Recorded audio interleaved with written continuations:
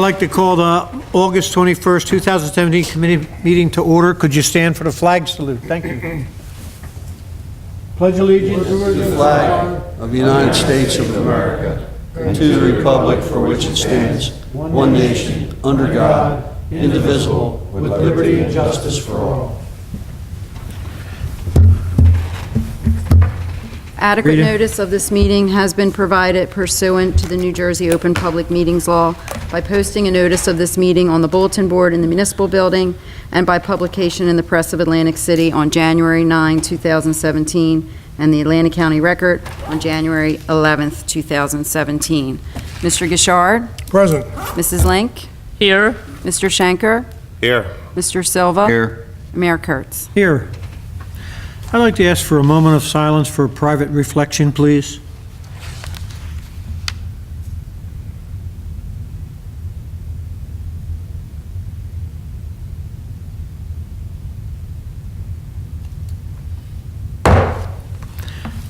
Number one, addition and deletion of late agenda items to be considered for tonight. We have none.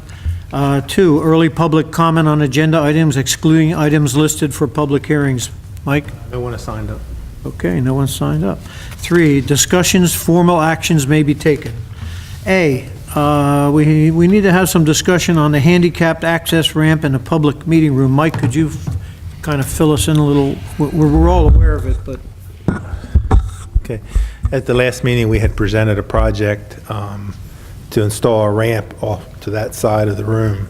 It would come from it would be so that you get from this floor up to the dais if you were in a wheelchair or otherwise disabled. It incorporates the witness stand, eliminates the witness box, makes it part of it, but flat level to the ground so that someone could wheel into the witness box as well. It'd be funded by CDBG funds if it's approved, and we wanted to talk to Phil about whether it was required or not. I think is why we left it on the agenda. Okay. Phil, I know I talked with you earlier on this, if you'd like to shed some light on this for us. Certainly, Mayor.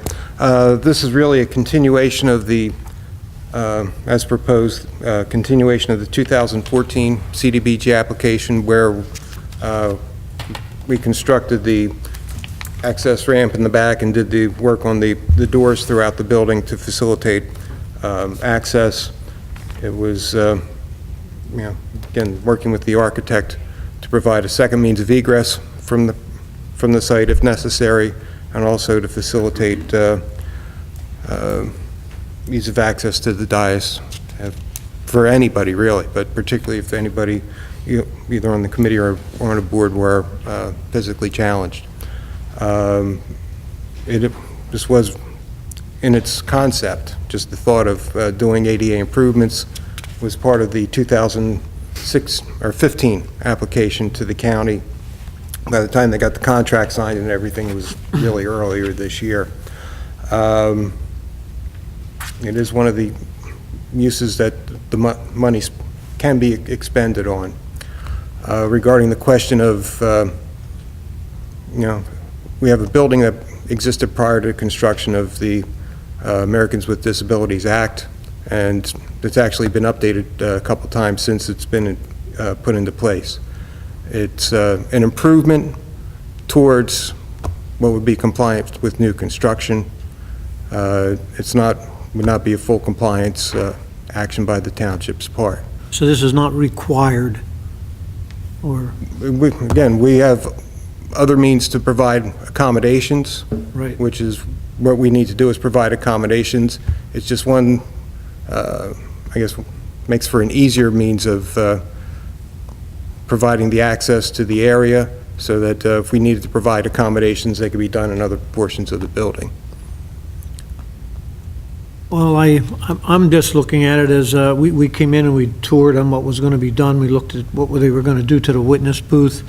Originally, there was talk about taking out seating, and we changed it. We're not having that now. But we have the ability to move handicapped folks, wheelchair folks up towards the front here in front of the railings like we would do now. And we have access to get someone on the dais that's handicapped through this entrance and the new ramp we had put in the back? Correct. Correct. So what would there be anything we were deficient in? Just looking at it from a means of egress, the fact that if something were to occur out in the lobby area, or there was a need for quick evacuation of the building, having the ramp would enable, more people to get out quicker, give them an option of, without assistance, being able to get out the back door if they had to get out. Can we open the doors right there to push them through? You can't get up. Well, if you open the doors right here, and there's I'm something, talking about the doors in the lobby. again. If they had to get quick access. Well, again, but I guess my thing is, if something were to occur in the lobby. Okay. I spend too much time working with Frank Primavera and the fire code guys. We're always looking to make sure you have, adequate egress for most people. That's what I'm looking at. It's a second means of egress for those people. That's really the only other thing that I see. Well, my main concern is we're compliant, and I just see the amount of work done that's out front with the handicap access up to the level of the building, what's been done out back, the fact that we can have handicapped access in here. So I just have different thoughts on it. But how does the rest of the committee feel? Anybody have any comments? Well, I personally support your point of view on this. I think that we have made a number of improvements, quite costly improvements, to the back of the facility, to the front of the facility, and there will be some modifications here. So, first of all, I really so far haven't seen a need for it. But certainly if there does become one, then we can reconsider it. But right now, I think what were we talking about, an incremental cost of $16,000 or $25,000? I forgot what it was. Yeah, I believe it was 16. About 16? 20,000 roughly. just for the 20,000, ramps, yeah. To added charges, yeah. I would propose that we not do it unless, if it becomes necessary, we can certainly consider it. But there is a way to get up here now through the ramp in the back. And witnesses, as you mentioned, can certainly sit up in the front, and I think as effectively as they could in the witness stand. So I don't see the advantage I don't see a significant advantage to spending that money on that. What other items would you be spending this money on if you didn't spend it on this? Well, I would sit down initially with Public Works and Mike and see if there's any other places in the building where, it would make sense to think about doing some other accommodations. For example, maybe some of the windows where people come in and our clerks deal with them face-to-face to the public, if that would be something that would be cost-effective means of facilitating their interactions with township staff. Because again, right now this money is targeted for removal of architectural barriers, which essentially is what that's classified as. And if that's not in the cards, reevaluate and look at the other criteria of the CDBG program and come back then as an amendment to our plan. Presumably it'd be part of next year's application process. We'd say, we'd want to amend our plan from 2016 to change ADA compliance to whatever we come up with at that time. But, we'd look at it, come back to you, discuss it with you first, obviously, and go from there. So maybe you can clarify something for me. This is money that has been allocated for this purpose. It's been allocated for removal of architectural barriers, yes. Okay, and of the things that we could do to support the handicap, physically challenged individuals, well, the money has to be spent on that then? Is that what you're saying? It has to be spent on removing Well, barriers? again, without going back to modify the plan, the spending plan with the county, who's the administrative entity that we work with on this. They get amended periodically. Okay, well, certainly, this is what was recommended for the spending. You mentioned some other things that could be done. I would certainly be in favor of doing the most effective thing with the money, and if this was the most effective thing, and the money has to be spent in that area, then I would consider it the most effective thing. But if we have the option of redirecting these to a different area, I think based on a need right now, that's what I'd be inclined to do. Who decides when the building is ADA compliant? Is there someone, do we have somebody that comes in and inspects the building to see whether it's ADA compliant? Because I know there was a time frame for certain things that had to be done. I don't know if this is one of those things. Actually, it's I'm not that familiar with the timelines of the Americans with Disabilities Act. I know if somebody's coming in to do new work, clearly our folks Right. make sure that they're compliant with it. It's my understanding that a lot of the compliance work comes out of litigation. People try to, gain access to a building, claim they can't or actually can't, and, file suit. So ultimately, I guess the courts have the final say on that. So there's no inspectors, state inspectors, that come in and say, your Not that building's I'm not in aware of, no. compliance? Not that I'm aware of. If we're in compliance here, and you mentioned some other areas where we might need some work in town, like access at a particular counter or something where somebody is at one of the offices, that would be money that would be better spent, in my estimation. That's what I'm thinking. Roger, you have any comment on that? Excuse me. Okay, I'm just being a devil's advocate here, but the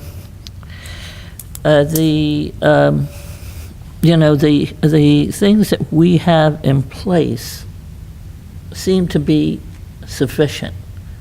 The handicap ramp here and the handicap ramp there.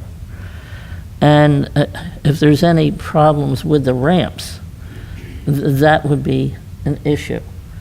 But if there's not, I would say that we have made accommodation for the most part. I mean, I don't see where we would be subject to a legal suit. Maybe Bob could answer that one. There's a couple ways to look at it. One is access to the Diaz for someone that has a physical handicap. You have it from the outside in, back in front, and through this door. So where you all sit is accessible to even a wheelchair victim. I have sat in this courtroom when the municipal court is in session, and there have been people that came in, and the court goes out of their way to accommodate them by placing them up here. If they're witnesses, they're placed under oath, they don't have to get in that box. So that there is procedures in effect to take all of that into account. I can't sit here and tell you you're 100% ADA compliant, but from where I sit, you're pretty darn close, at least in this room. If I just might add, having worked in the federal sector for a long time, and having had handicapped employees, and having seen what's involved in trying to meet all of the handicap requirements, I don't know that very few do, because there are a lot, and they're stringent. I think, we try to do the best we can and accommodate as closely as we can within reason, and, I think we're doing that. I think so. I agree. Is there a problem that this money was earmarked for ADA improvements and now we're not going to do ADA improvements? No.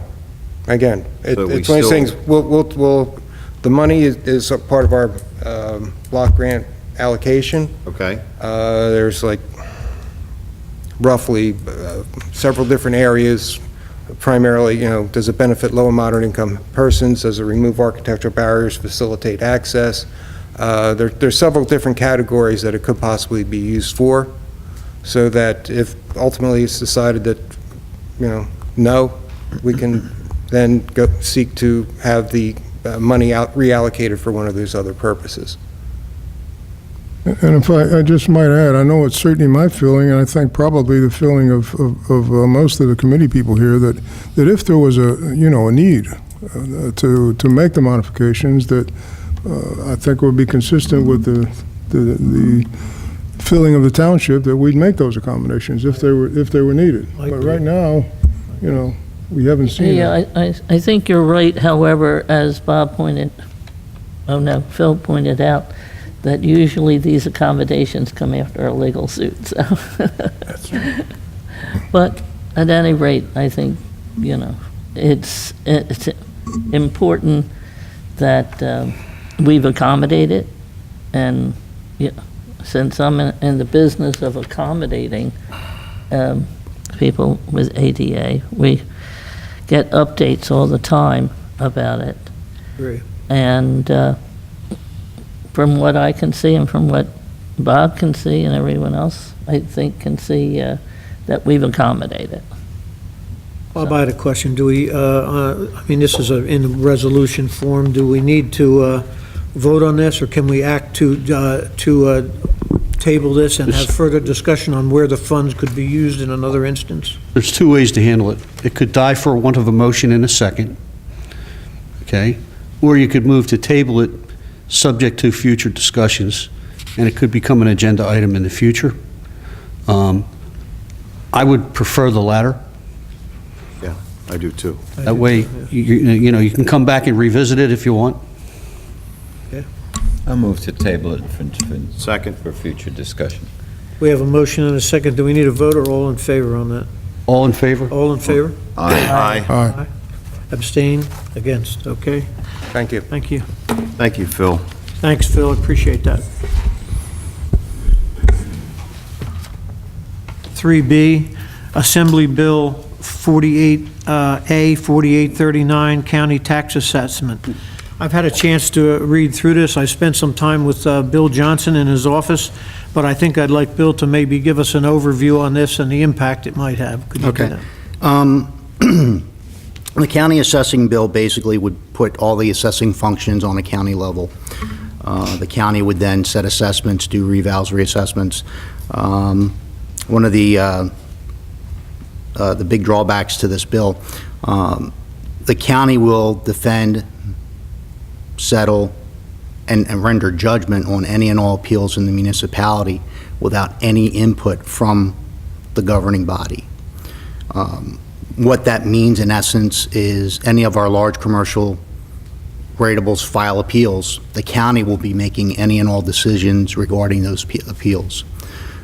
The governing body would then get a judgment, or the municipality would then get a judgment, and would have to refund 100% of the revenue that was collected on that original assessment without any say in the matter. I think we all know that with taxes, any refunds that are issued, the municipality eats the school, local and regional school share. The county never actually refunds any dollars. They give a credit in the following year through equalization. So in essence, we eat 100% of the refund, and we had no say or even a seat at the table in those negotiations. Has the county come out with any position in relationship to this bill that's been, Denny is in support of it. he's in support of this? But this The bill, bill. this bill was actually brought back to the table after Denny had questioned it, or actually requested it. It was brought back by Mazzio, Vince Mazzio. Well, you pointed out the fact that the township would have no say in any challenges, but what else does the bill do? I mean, I don't know whether everybody in the public, everybody here understands what this says. Could you give a couple of words on This what it's bill intended? is going to put the entire assessing function on a county level. The county would perform that function. It's also going to change the dates in which appeals are heard.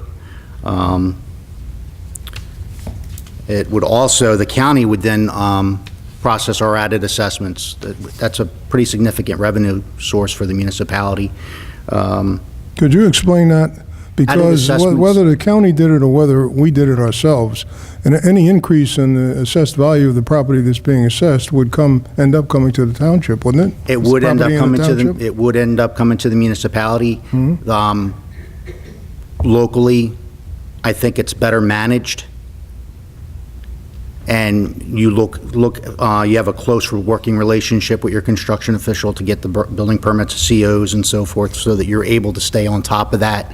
The timing between a CO being issued locally and the assessor being able to go and process that type of stuff is a matter of hours as opposed to weeks. In some instances, you're missing deadlines and you may not get tax revenue on certain improvements until the following year.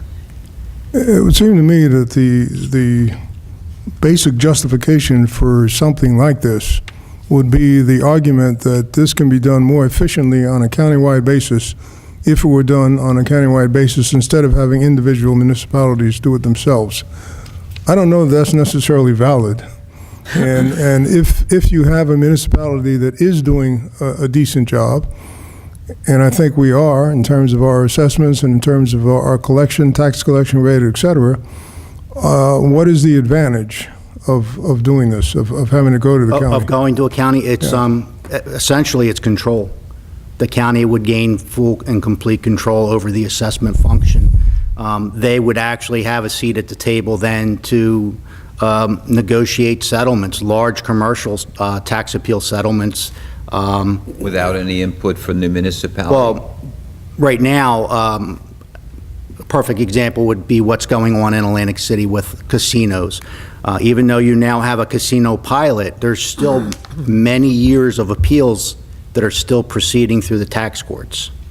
And Atlantic City still has to defend those appeals or settle them. The state has stepped in, but the county has had no say in those appeals. And that's where the county wants control, so that they now have a seat at the table, so that they can actually have their say in these settlements. And what part does Gloucester County play in this? Gloucester County, actually, there's tools that are built into this that give Gloucester County tools to correct the inadequacies and lack of efficiency in some of the county assessing there. The new Monmouth calendar changes the dates in which appeals are heard and so forth, and several other items. But it's this is tied. Well, this county bill will forever tie us to Gloucester County, because it's Gloucester County and Atlantic County. What does that mean, Gloucester County and Atlantic County? They're not doing, I mean, the Atlantic County is doing its own assessments and Gloucester County is doing its own, right? Right, but this bill is specific to Gloucester County and Atlantic County. But they're still independently, They're still independent, yes, they are. all right? Bill, one of I the have- things that we've been able to do is, particularly in the large appeals, is that if we can agree on a value in a settlement mode, we almost always get the taxpayer to waive its right for a refund and take it as a reduction in a subsequent year taxation. You're absolutely right. We're very big on any negotiations or even settlements, doing it as a credit towards future taxes. Very seldom, if ever. And I only know of one instance, and that was just within the last year or so with, Gave money back. we gave money back. 13 years that I've been here, we've never refunded.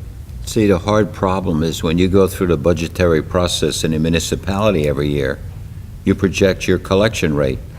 Now, if what you say is the basis of what could happen, we would maybe not have any control over that collection rate based on the way that the county would do the assessments, correct? Well, you're not going to have the control of your collection rate. You're also not going to have the control over whether or not you're going to be able to issue a credit or a full refund.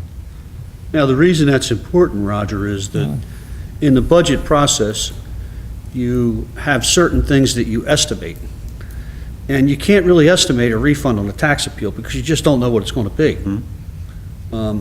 We were successful in a large number of tax appeals But what happened in this town is, through Jerry Mead, Bill's predecessor, and for the last 13 years through Bill, is there's been a very fair approach to assessment, both the original assessments, the addeds, and the omitteds. And what that has done, through his careful eye, is reduce the number of appeals. And that's part of the control that I think you're talking about losing, is that ability. Yes. Mhm. And the other thing is that I'm partial to Bill Johnson because I represent him in these appeals. And when he goes in front of the county board, he has respect. I'm not saying that a county person wouldn't, but he's garnered 13 years of a relationship with the county tax board folks. So, I'm not here to render an opinion one way or the other, but I hear what he's saying because I'm intimately involved in these appeals. Well, especially when, I think the outcry of the other 22 municipalities in the county of what's going on in Atlantic City, that we're paying the freight for all of that, has created such a problem for all of us, because now you'll be looking at another problem of we're not knowing what's going to happen during the year, correct? That's very true. Now, they will pay for any reval, correct? They will pay for the reval, any reval that needs to be done, and the bill states that in the bill it says that the state will reimburse the county. Yeah, but the thing I think we still have to look at on the bigger picture also, what's going to happen to the county budget? The county budget will go up. It's been going up. Yeah, no, it will go up. So we're going There's to no pay way for about it. this. There's no- We're going to pay for this in several different ways. You're going to pay through it, you're going to pay for it through your county tax portion on the tax bill, absolutely. Yeah, but our township taxes could go down. I mean, the whole reason for arguing this, I would think, is that there's a potential for some economy of scale savings, or for some kind of savings. I mean, otherwise, I don't see the point of it. The one thing I would caution you on, and I really don't think that Atlantic County has the ability to do this. I agree there. The reason I say this is I think we're all cognizant of what's happening in Atlantic City over the last 10 years. The county tax board is my immediate supervisor. The county tax board manages the assessor's offices on a day-to-day basis. So county has control. They've always had it. To this day, with Atlantic City having 6, 7, and 9,000 appeals per year, they have still not been ordered to do a revaluation or reassessment. Now let that sink in for a moment. This is a county office overseeing the assessors, and there's a need for a revaluation, and it's affecting the county budget as well as every municipality in the entire county. And there is not a refund, or there is not a revaluation order in place in Seems- 10 years. I also, looking through the points of opposition to this, two of them stick out. One is, and this is what you were just referring to, no plan has been articulated by proponents to show how this change will save money. And the next one that stuck out was municipalities will have little or no control over their single largest revenue-generating asset, their rateable base. So they kind of like just stick out to Bill, me. is it called a reapportionment when there's a challenge by one town against others? What's that lawsuit called? We had one about 15 years ago. We challenged the ratio, Yes. the equalization ratio for Atlantic City. So what happens if one town in the county says that they're paying too much of the apportionment as opposed to another, and you have the county representing both of those towns? Well, I've always looked at it this way too. You now have, it's like, I'm trying to think of the best analogy. The county is going to set assessments. The county is going to hear the appeals, and the county is going to render judgment. So that situation shouldn't arise. out of the same office. Yeah, that's not good. Checks and balances. Bill, could you answer me, you had a statement here at the end. It says, regular rate is 0.863 Okay. per 100. Yes. How does it fit that in? I didn't word it, I should have worded it better. Our portion of the regular tax rate for 2017, of every $100 of assessment, the municipality collects .863 cents. Under the added assessment, when we do added assessment, the easiest way to describe an added assessment, somebody builds a house after January 10th. It's done in June. It gets assessed for 6 months of the current year, 2017, and it gets billed by way of an added assessment. When we do the added assessments, the municipality keeps the county, or not the county, the regional and local school share.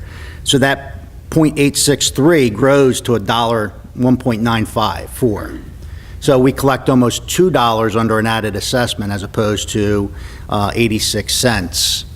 That's just for that year? That's just for that year. And pretty much every year, added assessments cover the cost of running the assessor's office. Okay.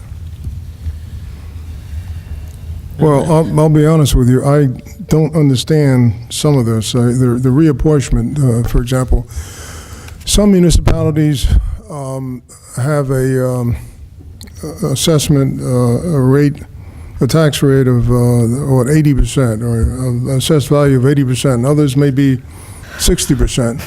And somehow the county readjusts these to make them equal? Is that? They equalize it, yes. They equalize it to bring it to 100%, and then that's how the proportionment of county taxes are divided. So the closer you are to 100%, the less county taxes you're going to pay. If you're 50%, you're going to pay a little bit more in county taxes. If you're over 100%, you're actually going to pay a little less.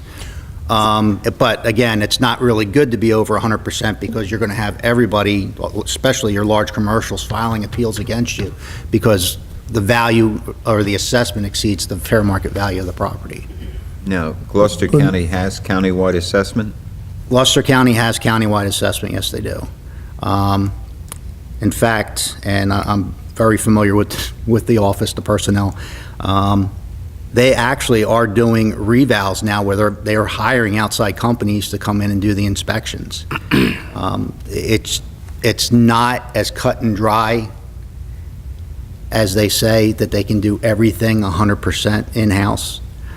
They have large appraisal contracts. They have large, actually most of the legal work now is done by in-house attorneys. But they do have a lot of appraisal contracts. Are there any estimates of what we would theoretically save, or what municipalities would save if we went this approach? Currently, because of the shape, Or what it would cost us? it's almost a wash for Hamilton Township. A lot of municipalities, there would be a shift, several $100,000. Hamilton Township, because we're close to 100%, our appeals are low. We're not really, we've been well managed over the years. Well, I guess what I was referring to was, would we require the same level of manpower in this area? Would you have the same job? I would think not. Part of your function will go over to the county, wouldn't it? 100% of my function would go over to the county. Right, so theoretically, there would be savings there, even though There would be savings and to you Hamilton pay for it, Township, but picked you up pay in for it in another the county budget. taxes. Have there been any estimates of those savings? How much would Hamilton Township save in whatever costs we normally have? Maybe a half a cent. Maybe a half a cent on a tax rate. It's about, I started thinking about this a while ago. Yeah, I mean, but- the hard part is you don't have a local assessor anymore, so you don't know if that's going to spur appeals. So you don't know what your legal's Right. going to be. You don't know appeal-wise judgments, what's Well, I that. don't understand how it's going to save anybody any money when you take all these municipalities and you gush them into the county Now, the county's got to grow, don't they? The county definitely has to What are they grow. going to do? Where are they going to get their money from? The municipalities, I don't don't know. Yeah, I Because mean, it's Trenton's not it's all gonna gonna, give it to 'em. it's all gonna come through, tax increases tied to the county tax rate. So that will cost, Well, It that's won't not. cost the municipality, but it will cost the taxpayers. yeah. they? Well, we are the Depends. Well, municipality. theoretically, it shouldn't cost the taxpayers anything. Either this whole system is more efficient or it's less efficient. If it's more efficient, then theoretically, taxpayers as a whole could save something. If it's less efficient, then we end up paying more. I'd like to see evidence that it's less efficient in order to, more efficient, in order to argue in favor of it. There's nothing out there. There's Gloucester County, there was a study that was supposed to be done after the 6th year of implementation. That study has never been done. In fact, under some pressure, the office actually penned their own study, but there was no independent third-party study that was done to say if it's more efficient or not. Well, personally, I'd need more information myself to, Feel I the have to same be able way. to. Now, Study this, where does this bill stand now? It's just been introduced? It was introduced back in May. They're currently still on summer vacation, but I expect it to come back up as soon as they come back to, probably, will they come back next week or in September, first week of September? So I think it's, I actually look for it to be a political platform going into the elections I this year. agree. We do need more information. It's pretty hard to fathom that this is going to save anybody more money when the county hasn't found a way to save anybody any money. And it's just our two counties, it's Atlantic County, Atlantic and Gloucester. Those are the only two that this, and is the intent that would be, set an example, then the rest of the state would follow up? I mean, what's the, Right now, you have 3 forms of assessing in the state, and every time you turn around, they're looking to add a 4th. So you have the countywide assessing, which is what Gloucester currently does, but in this bill, it's going to actually change some of the things for Gloucester. The calendar, the assessor's calendar, without getting into too much detail, the main thing is the date at which assessments are set and the date at which appeals are heard.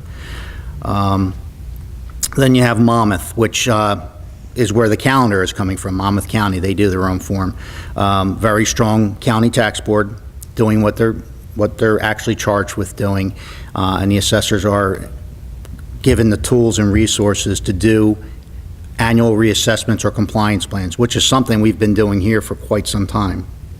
That's why for a municipality the size that we are, we're averaging roughly 100 appeals a year, where the other 2 municipalities comparable in size are well over 1,000 a year. And then you have the regular traditional type of assessment that is done in the other 19 other 19 counties in the state. so is the overall plan for the state to take one, to pick one and push forward with that? Or what's the, It's a very good question. I don't have an answer for it, and a lot of people ask that same question. I mean, it's one state, you should have one form of, assessing, this is how we do it. Bill, is this something that, like the city of Linwood is in opposition to it? As the different municipalities respond to this, or vote on it or whatever, is this at a point where that's how it'll be decided? The number of municipalities that are for it and against it? I don't, Better question. I don't know that will actually come into play, because this, I mean, It's an assembly bill. this could be signed into law without any say from the municipalities in any way, shape, or form. Yeah, it's an But I assembly think, bill. I think the municipalities, if you are against it and you don't want it, I think it's important that you get out there and say, no, we don't want it. Or if you want it, I think it's important that you get out there and say that you do want it. The last thing you want is people from outside of Atlantic County making decisions on Atlantic County and how we do things here. Okay. I'm not saying- My main concern that I can see is the assessment of the added assessments, inspecting and the construction and so on and so forth, we do these things in a timely fashion. I cannot imagine the county doing them in a timely fashion, which helps our whole economy, I believe. So that would be a negative for me, but as you say, I would like to find out more about it. That seems to be the consensus. Art, how do you feel on this? Yeah, Bill, I appreciate your comments, but we need more information on this. This is this assembly bill, and like you stated, they're in recess right now, and they're... Right.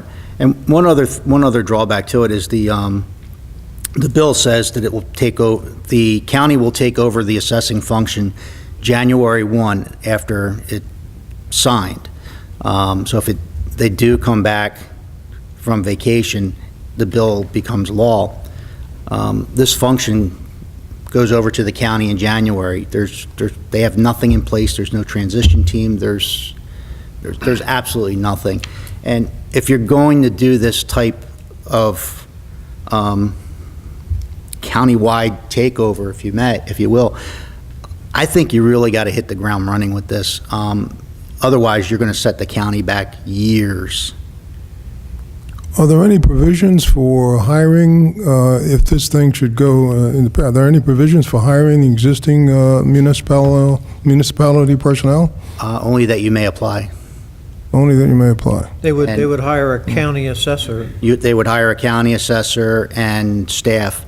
You would hope that you hire qualified individuals and not just put political appointees in place. Sounds like Bill- county dispatch all over again with a plan that wasn't well thought out. And, they didn't have anything put in place.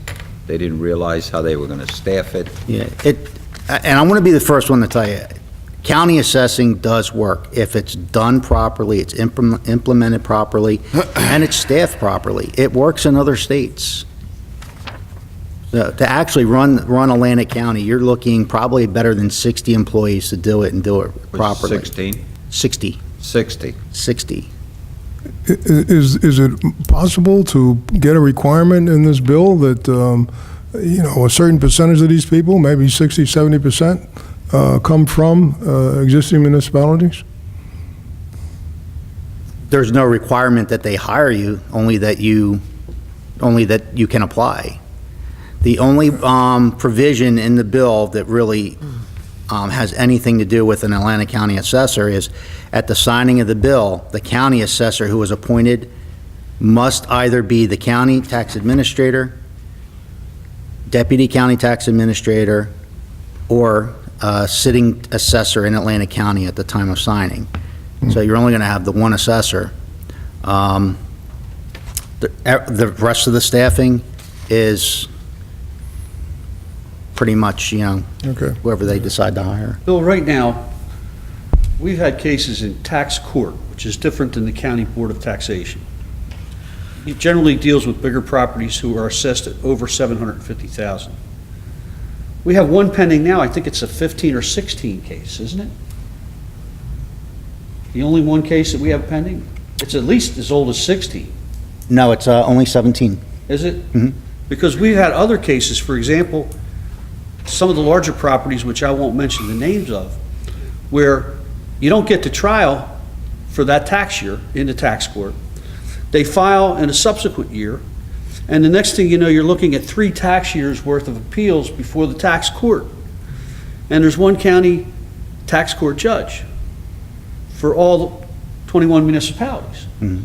So the tax court right now is backed up. Now, under this bill, would county council be prosecuting the tax appeals?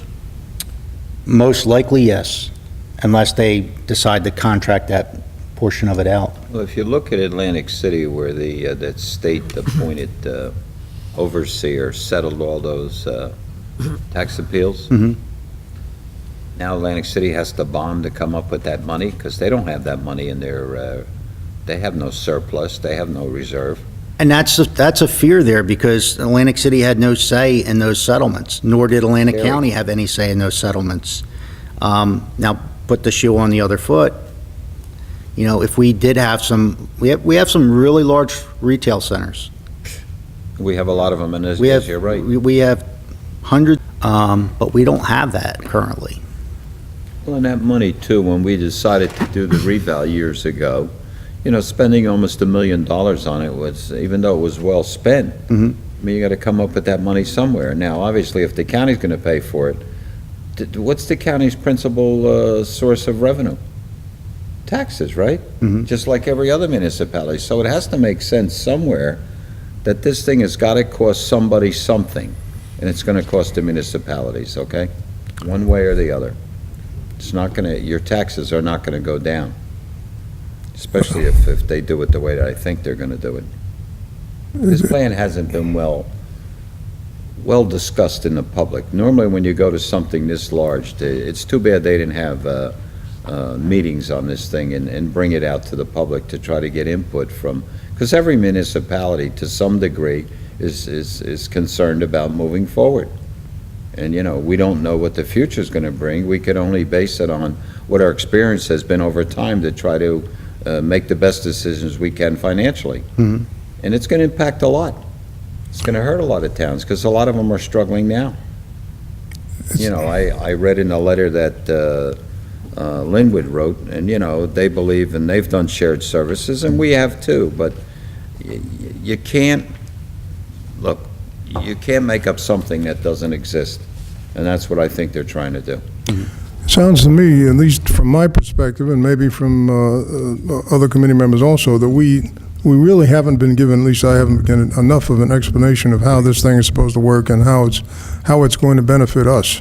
So I would propose that we table this, or we defer it? No, don't table this one. Don't table this No, one. I Just wouldn't take no table it, action. no. Just take no action? All right, but with the understanding that we figure out how we're going to get more information on this. Well, I think a We lot have, of concern has to be given, because, the years move on quickly, and before you know it, you'll be facing another budgeting year. And if this thing goes into effect in January, If if it passes, it passes, it would go into effect in January, yes. So how do we get more information Can on we this? send can we oppose it by sending an opposition letter like the other municipalities that have, and accept the reason for the opposition is that we don't have enough information? The Mayor's Association, I believe they did something similar. I think they did, yeah. We might be able to get a copy of the resolution or whatever it was that they did. Okay, John, I have a question. sure, go ahead. Art. So you say this bill was introduced in May, Mhm. and shortly after that, they went on, we'll call it recess. Is it out of committee? Yes, So it's out of committee and it can be voted on at any time? yes. So they go back into session, and their plan is that this is going to be up and running by the 1st of January? That is what the bill calls for, yes. who was the sponsors of this bill? Or was it both assemblymen in this area? Vince Mazzio. But the other assemblymen didn't sponsor it? Not that I saw, he didn't get a sponsor. Okay.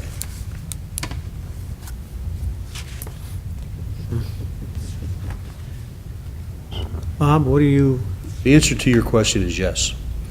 You could, if you choose, oppose the bill for a number of reasons, one of which is that insufficient information has been provided as to what the cost savings would be to Hamilton Township and how it would be efficiently run by the county. Okay. Two good That reasons. Sounds good. that's Two the good major reasons. opposition that I have. So, committee, what's your pleasure? How would you? I'm in favor of Yes. that. I guess I would myself probably abstain, because I don't know whether I'm opposed or for. I don't know enough about it. I'd like some more information. Rod, I think what he's saying, the solicitor, is that we're opposing it at this time because we don't have sufficient information, and we don't know how it would benefit the municipality. Doesn't mean we're against the bill. We're really, at this point, wanting to get more information. But I understand Right. what you're saying, if you don't feel comfortable with it. Okay, I guess at this point, how does, committee, what's your pleasure on this? Well, I think whatever's necessary for us to get the proper information, more information on the bill, and how it would what would the savings be to the municipality? You can't just say, at a lower cost, you're going to do better. We Right. don't know that. Right. What is the real savings going to be? So Bob, do we need to make a motion of opposition and vote on it with the wording in it? I would suggest the following, Okay. that you consider a motion to urge the Assembly and the Senate not to take action on the bill until such time as folks like you, which represent local governments, have proof that it will save your town money and will be efficiently run by the county. Sounds good. I like that, too. I can make that motion. Yeah, Same second, wording, Bob. second. The advantage of being a lawyer. Get that, Rita? Yes. I have it as a motion, and you're directing someone to draw up a letter stating that, correct? This is not a resolution. No, it should be a letter, just like A Linwood. letter. Exactly. Just That- like That's my Linwood did, understanding. exactly. Okay. Okay. Got it. Okay, we have a motion and a second. Rita? Mr. Gishard? Yes. Mrs. Link? Yes, Mr. Shanker? Yes. Mr. Silva? Yes. And Mayor Kurtz? Yes. All yes and carried. Good, you get to sign that Thank letter you. too, Mike. Hey, John. Okay. We're now on 3C, equipment trade with Hamilton Township MUA. Mike, could you give us a little information on that? Yes, the MUA has decided to purchase a new Vector. It's a piece of equipment that Thanks, is used in the sewer lines, and we use them in the storm drains. They've decided to purchase a new one, and we would like to have their current one, which would be used to us. And they would like us to have it because it would be a backup for them as well.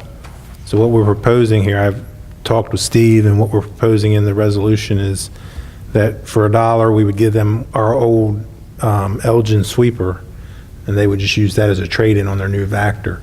And they would give us their old Vector when their new one comes in. Gotcha. Makes sense to me. I don't know, House Committee. No, I Why- think that Vector, how long ago did you buy that, Steve? I was on committee then. 2003. So it was 2003. That is a nice piece of equipment, and we certainly could use it in this town. Yeah, that is great. Well, why don't we, that's good for $1. Why don't we sell the sweeper for $10,000? Get $2 Just to kidding. get our buck back, huh? Whatever they get for it would be good. Committee, what's your pleasure on this? I move that we agreed to... Make the swap? Make the swap. Yep, to make the swap. I second it. second. We have a motion and a second. Do you need a roll call on that, Bob? Yeah. Yes. Rita, roll call, please. Mr. Gishard? Yes. Mrs. Link? Hello, hello. Yes, Mr. Shanker? Yes. Mr. Silva? Yes. And Mayor Kurtz? Yes. All yes and carried. Okay, we're going to move on to item D, proposed amendments to Chapter 203 of the Township Code, Land Use and Development.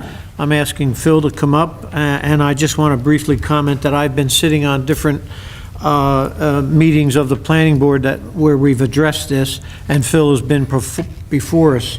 I see a lot of merit in everything all the work that he has done. At the end of this, it might end up going back to the planning board to take another look at it and possibly tweak it a little bit. But I think that it looks good to me. It does a lot of things by opening up some commercial area where we could consider things that would be beneficial in the town, like bed and breakfast, shared parking, which is something we've been talking about for lots of years, and I think this is a way of bringing that to a finality, of getting some shared parking in the district. But Phil, if you could enlighten us on what you feel. Thank you, Mr. Mayor. Actually, it's most of what I had to say, but no, this comes out of the Mays Landing Neighborhood Plan, which was adopted by the Planning Board in November of 2015. That plan itself had some roughly 40 action items listed in there, things for the township, different entities to do. Approximately 15 of those were zoning related in some fashion. As the mayor alluded to, I think twice this summer, I've met with the planning board with some of the items that were called for in the plan to discuss with them and get their feedback, say, should we go forward with these things, shouldn't we? And took the information and the feedback I got from the planning board and, put together this draft ordinance. And again, This is just basically my first cut of draft, putting those standards into place, requesting that Township Committee forward this to the Planning Board for their review and recommendation. It does include many of the proposed zoning modifications that were suggested in the neighborhood plan. Again, the goal is to facilitate economic revitalization in Mays Landing, also to include components for flood prevention and resiliency as part of any development or redevelopment of the area. So we're just really trying to get this plan moving forward. So again, the purpose of this is to get this moving to the Planning Board for their review and recommendation and report back to this body sometime within the next, I think they would have 35 days to get back to you if you move it tonight. Get it on for the next meeting. I also, after reading through this and discussing it on the planning board, there are some areas in the township that we are dealing with some issues right now with a couple specific areas in the township that I think this change would get them back to the table to talk, and we could resolve some things that are sticking points right now in the township. And is that correct? Yes. Okay. What is involved in additions to this, or amendments or modifications? So the reason I'm asking is because the Green Team, and I'll talk about this a little later on, is looking at complete streets and about some of the things that can be done to improve the downtown area for pedestrians. I was surprised to find there are people that don't feel safe walking in the downtown area because of the traffic lights, the way they're designed, some of the crossing areas, and they have suggestions. And one of the things we're going to propose to do is to have an audit, and we're looking for volunteers for this, of that downtown area to document what we have and then come up with some ideas for improvement to make it more friendly to pedestrians and visitors. There's nothing about this that would preclude amendments in the future, right? No, absolutely not. In fact, some of the suggestions, both from the neighborhood plan and they're in here, are things to try to enhance pedestrian and the streetscape friendliness, Right. Make sure that the buildings aren't set too far back so that it makes it easier for people to, walk down the sidewalk and the store front is right there, or things of that nature. So it's trying to, they're working in concert, basically. Right, and we would be talking about using the neighborhood plan as a base. Right. So, good, okay. Phil, I think anyone else have any questions? I'm in of Phil while favor he's up? of sending this to the You're in planning favor? board for the review and Okay. recommendations. Yeah, I am too. looks like a forward motion. We can just do all in favor Movement. on that, correct? Yeah, and my vote's the same. I'm in favor of sending this back to the planning board. All in favor? Aye. Aye. Against? Abstain? Thank you. Okay, thank you, Phil.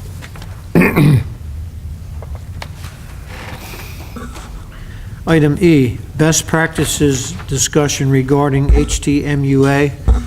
Mike, I know you're here, but we also have Steve here tonight. Yes.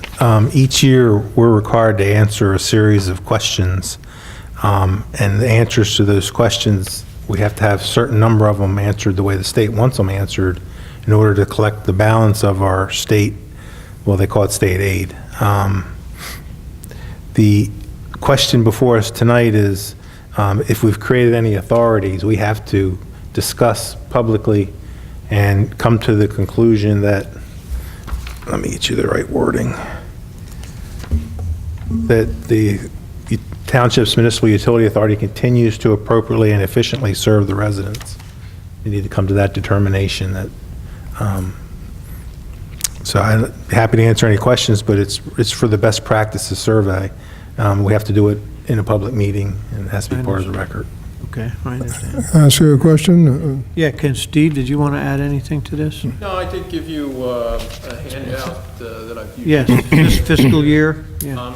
It basically tells you the number of accounts, the number of service units on the water and sewer side, some of the operational assets that we have, capital projects, and some of our contract operations that we also do for the expressway and part of Weymouth Township.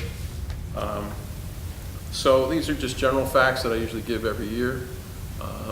Things are a little bit slow right now, so we're not seeing too much growth. We do have a couple projects that are coming in, but for the most part, things are somewhat slow. With the Water Accountability Act that was just passed, we have scheduled to hire some additional people because there's going to be requirements in that we're going to have to meet, which as a good utility, you want to try to meet those things anyhow, but we've budgeted for that appropriately, and we'll be looking to increase the manpower to do those things. We have talked with some of the liaisons. One of the things I think you were talking about, different things, I would like to suggest would be possible to have a meeting amongst the Township Committee, the Planning Board, maybe the Business Park, and the MUA to go over the master plan, even if we spend 30 minutes going over things, just so people are on the same page. And from a utility point of view, one of the things that we are is an economic driver as part of providing the service of water and sewer and protecting health and the environment. But we want to try to make sure that we're all on the same page for things like that. You've talked about some policies that you've looked at for redevelopment.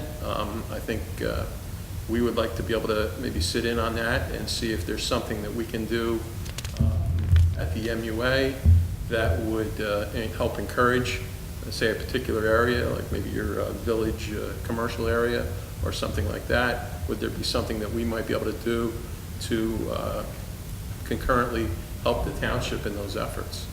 It sounds like something that we would like to look at. Mike, could you work with Steve on perhaps getting a meeting like that together where we could all get on the same page about what's going on there? Steve, you put down here in some of your operational assets, the number of fire hydrants, that 444, that's strictly public. What about commercial?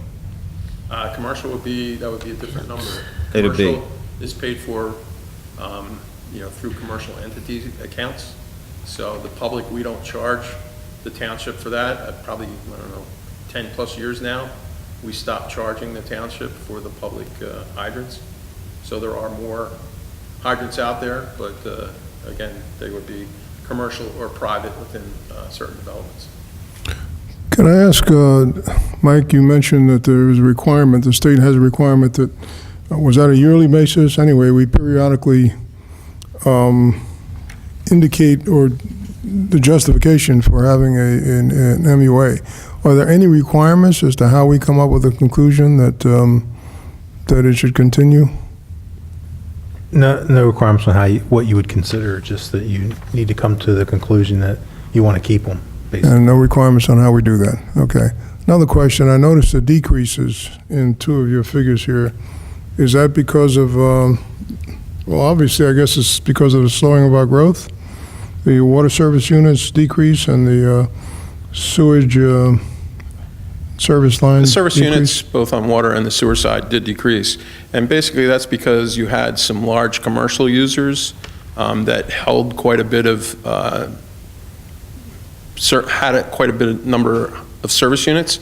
And as some of the uses of those buildings have changed, the new owners have asked for a reduction in the number of service units, which they're allowed to do. And so that's sort of offset some of the growth that we have seen. So we have had a number of commercial users come in and reduce their water service units. Now in the future, if they were to need them, then they have to buy them back at that time. But in some cases that may have been more water intensive and now it's not, then they're looking to get a reduction that way, and that's what you're seeing there. What is a water service unit?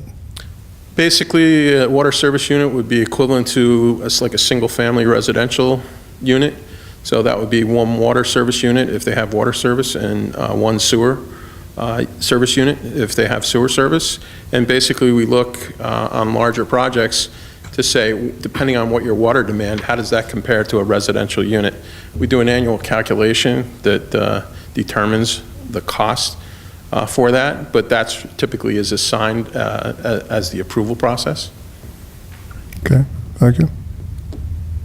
Any other questions for Steve? Yes, the total accounts, it says there's an increase of 23 accounts. Is this just, how's that work? Basically, as new accounts come on, so if, say, Artist Walk, that's one of the places where we have some residential construction. As the homes are built and they get a CO, then it becomes an active account at that time. Okay. If we get a new business that comes in and builds a new facility, then that would become a new account also.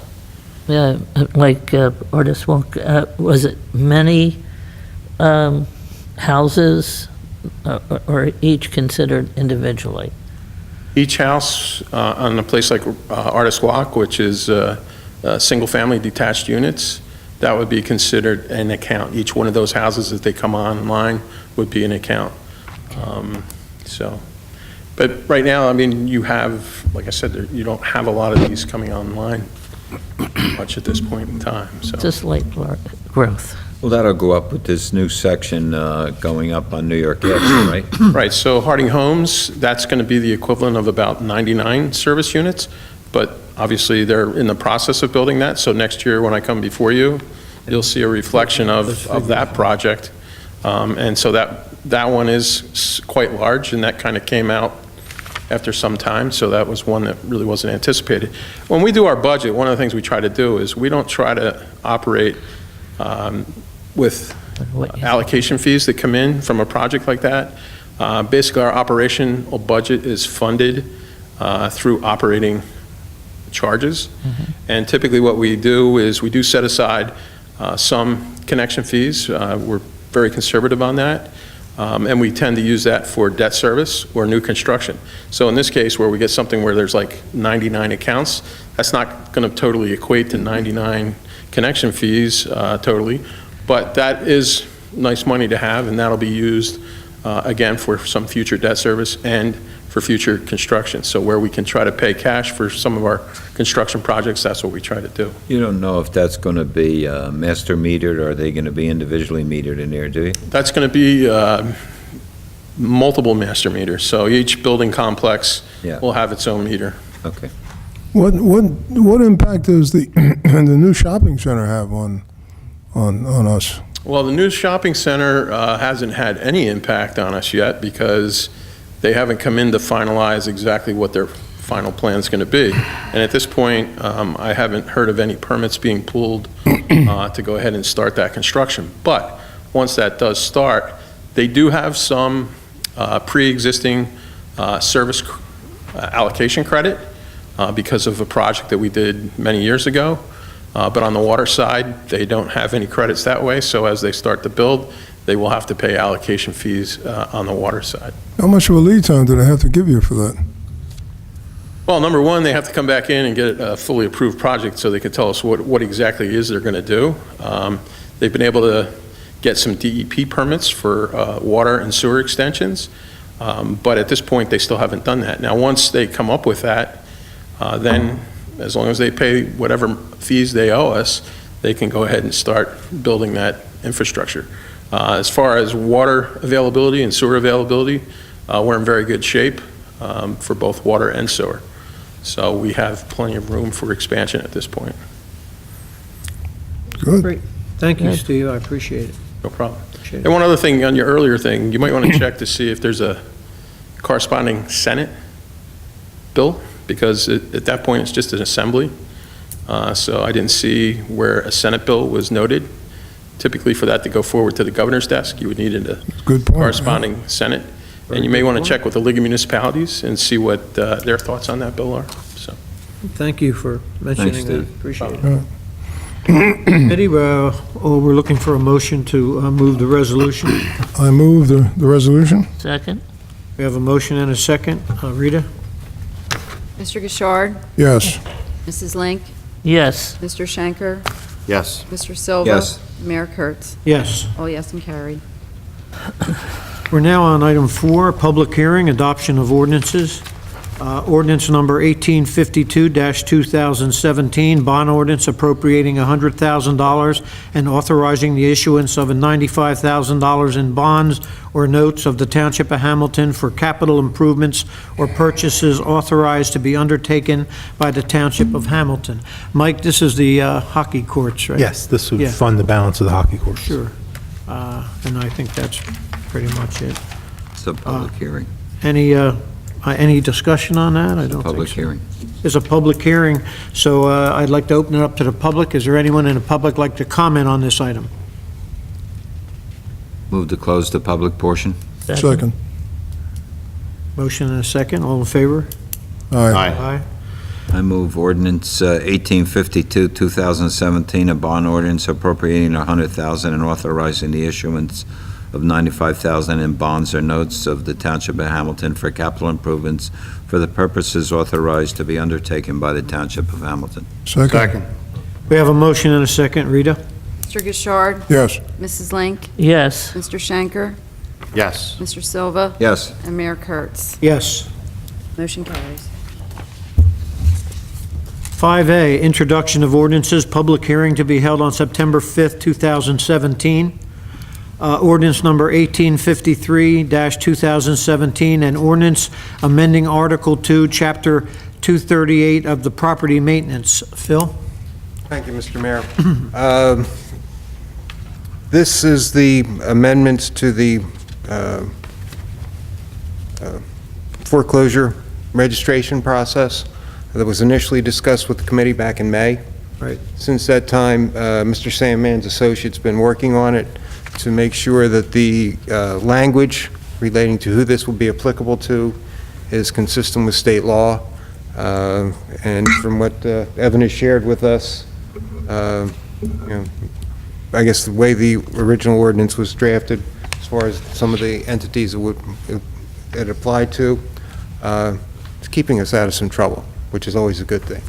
But again, the ordinance has been revised so that the requirement for registration is consistent with the state statute. It also specifies timelines for updating registrations, moving to a semi-annual registration process to make sure that we have current information as far as who owns the property, because sometimes it gets changed from hand to hand with the different vendors and entities, and also specifies as far as actions that the code enforcement officer, making sure that they're consistent with the standards, and modifies the penalty for failure to register as part of the process. Just very briefly, in looking through the information through Community Champions from their website, there's approximately 822 houses in the township that are eligible and should be registered. Wow. 822, yeah. Some have come off, some have come on, so it's a moving number, but that's roughly what there are out there right now. Compliance rate, is from what they've seen as far as ones that have been registered, it's about maybe 70%. So there are some out there where, despite the fact notices have gone out and they've been advised, There's been no action. there's been no action to register the properties. This is 832 out of, what's the total units in the township? I mean, just approximately, what is this, 2%? It's about, I want to say about 9,500, roughly. So it's less than 1%, but still, it's a lot of houses. That's more than 1%. That's a pretty good percentage. Yeah, it's still a significant number. Yeah. And Actually, it looks like 12%, close to At least 12%. 10. Yeah. So they've managed to, and it has helped. There's been instances where, because people are registered, our guys go out, they see a violation, they send it to the company, things get taken care of sooner. And that's the whole thing, to make sure the properties are managed, properly managed. If there's a problem, we've got somebody we can contact and make sure that things get taken care of in a timely fashion. Well, we get a heads up on it. We get a heads up on it, Yeah, yes. Yeah, that's important. Thanks, Phil, I appreciate it. I just wanted to mention for the public that, the Property Maintenance Appeals Board is, currently has worked with 3 properties in town. Very favorable process happened, and we're in the process now of giving them the time they need to answer, and if it's not done in the necessary time, we'll be able to do the remedy that's necessary for those properties, including demolition. So, and also, I just quickly want to read the first paragraph of the purpose of an intent, which falls right back to what we're doing there. It is the purpose and intent of the township to remedy the deterioration, crime, and decline in the value of our township's neighborhoods by identifying, regulating, and reducing the number of vacant or abandoned properties in the township that are undergoing foreclosure. So I think it's something we really, really have to look at. Thanks, Phil, I appreciate you coming up. Committee? I move to introduce ordinance 1853, 2017, an ordinance amending Article 2, Chapter 238, property maintenance. Second. We have a motion and a second. Rita, roll call, please. Mr. Gishard? Yes. Mrs. Link? Yes. Mr. Shanker? Yes. Mr. Silva? Yes. And Mayor Kurtz? Yes. All yes and introduced. 5B, ordinance 1854-2017, and ordinance amending Exhibit A, Section 1, Article 2 of Chapter 66 of the Code of the Township of Hamilton, providing for the maximum number of employees. Mike, could you elaborate on that? Yes, sir, Mayor. This ordinance includes one additional sergeant's position and deletes a communications supervisor's position. It's anticipation of a retirement, and there's a net savings to the town in cost-wise. Net savings, that's good. Any committee have any questions, or? Yeah. I move we introduce ordinance 1854, 2017, an ordinance amending Exhibit A, Section 1, Article 2, 66 of the Code of the Township, providing for the maximum number of employees. Second. Motion and a second. Rita? Mr. Gishard? Yes. Mrs. Link? Yes. Mr. Shanker? I just have one question. So we're raising the maximum number of employees so that we can have a transition period here. When the retirement happens, do we go back and put that number back where it was? This ordinance deletes that position, the retiring position. It deletes the It retirement. deletes it on January 1st. Does that answer your question? I understand. No, my question is, the ordinance reads that we're raising the number of employees that can be hired in the township. Am I correct? No, that's just the heading of the ordinance. This adds one sergeant's position and deletes one communication supervisor. No net increase in staff, total staff. Okay. So we will have more than the allotted amount for a short period of time. Yes. We can do that without an ordinance stating that. Yes. If I understand your question, it's a promotion, it's not a hire. The hiring won't take place till December. Oh, okay, so okay, I got you. It's a hiring ordinance. Very good. Yes. Mr. Silva? Mayor Kurtz? Yes. All yes and introduced. Okay. 6A, award of bids, contracts, and change orders. A, resolution authorizing the purchase of a 4-ton Falcon hot mix asphalt trailer from McGrath Municipal Equipment LLC in the amount of $33,654. So moved. Second. We budgeted for this. This was budgeted, right, Yes. Mike? Yeah, we're all Yes. set. 35,000 budgeted. Okay, we have a motion and a second. Rita? Mr. Gishard? Yes. Mrs. Link? Yes. Mr. Shanker? Yes. Mr. Silva? Yes. Mayor Kurtz? Yes. All yes and carried. Item 6B, resolution authorizing participation in the South Jersey Cooperative 2017 bid process for natural gas. So moved. Second. Motion and a second. Rita? Mr. Gishard? Yes. Mrs. Link? Yes. Mr. Shanker? Yes. Mr. Silva? Yes. Mayor Kurtz? Yes. Can I have a question? How much do we save from, do you have any idea what our savings are by I being don't. part of this cooperative? I don't. I can get that information to you. Just curious. Great. Item 7, consent agenda. We're looking for a motion to to approve the consent agenda, items 7A through 7H. So moved. Second. Second. We have a motion and a second. All in favor? Aye. Aye. Aye. Against? Abstain. Item 8, personnel. Authorization to advertise for a part-time fire code enforcement inspector.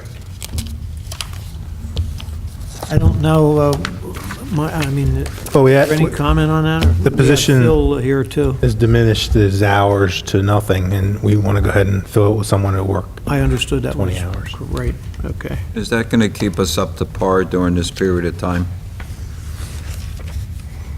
You're doing it because of, we have someone out, right? Well, he's just not working anymore. He's He's not? basically retired.